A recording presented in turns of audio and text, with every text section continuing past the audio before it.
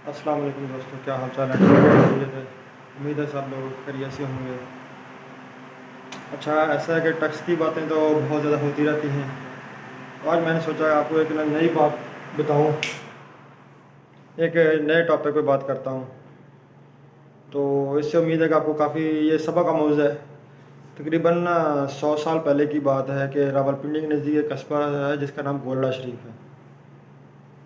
वहाँ एक बुज़ुर्ग रहते थे जिनका नाम था पीर सैयद महर अली शाह साहब। उनके एक बेटे थे, उनका नाम था बाबूजी रहमतुल्लाह अलैह। वो उस वक़्त उनकी उम्र तकरीबन कोई 9-10 साल थी जब अंग्रेज़ों ने गोलड़ा शरीफ में ना नई नई ट्रेन चलाई। बाबूजी रहमतुल्लाह अलैह रोज़ाना ट्रेन को देखने जाते। मुरीदों ने पूछा, बाबूजी आप यहाँ क्यों आते हैं?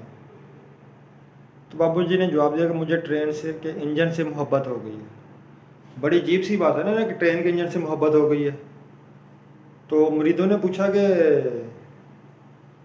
बाबूजी आपको ट्रेन से मोहब्बत क्यों हो गई है? तो बाबूजी ने ना इसकी ना 5 वजूहात बताई जो कि बहुत ज़बरदस्त हैं। ये हर दोस्त जो इस पे पूरा उतरता है तो उसको ये करनी चाहिए, बहुत ज़बरदस्त है कि ट्रेन का इंजन अपनी मंजिल तक लेकर जाता है।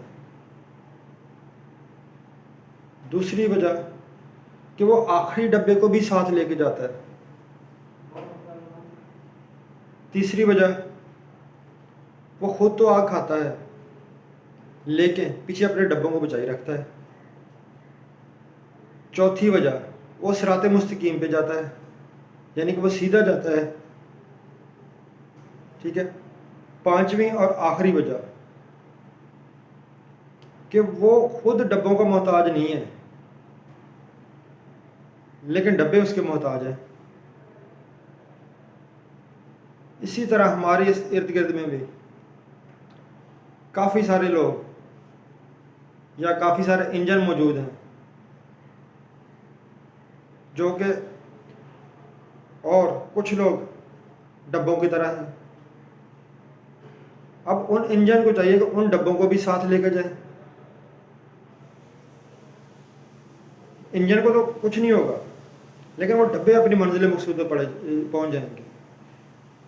अदरवाइज वो वहीं के वहीं खड़े रह जाएंगे, स्टेशन पे खड़े रहेंगे और सारी ज़िंदगी उधर ही वो गल सड़ जाएंगे। तो दोस्तों, आप अपने इर्द गिर्द नज़र दौड़ाएं। जो दोस्त एक दूसरे की हेल्प इस तरह कर सकते हैं, क्योंकि थोड़े से पुशअप करने से वो आगे निकल सकता है, तो ज़िंदगी में उसको ज़रूर पुशअप करें। अल्लाह ताला आपका हामी नासर हो। जज़ाकल्लाह। पाकिस्तान जिंदाबाद।